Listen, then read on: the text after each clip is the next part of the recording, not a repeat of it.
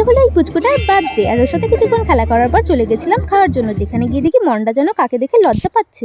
देखो देखो दरिंदगी चेहरे से टपकती है, नंबर 1 का कमीना है।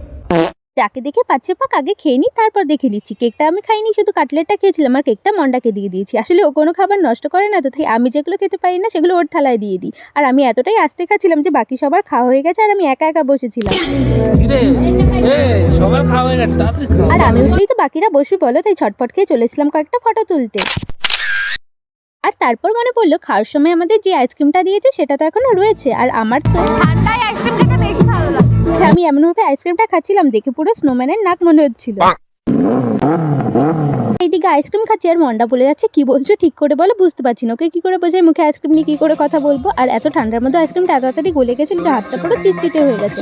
আর মন্ডা আমাকে জ্বালাতন না করে রুমাল দিচ্ছিল না। তো চলো, অনেক রাত হয়ে গেছে, এখন বাড়ি যাই। ভিডিও ভালো লাগলে লাইক শেয়ার সাবস্ক্রাইব। বাই।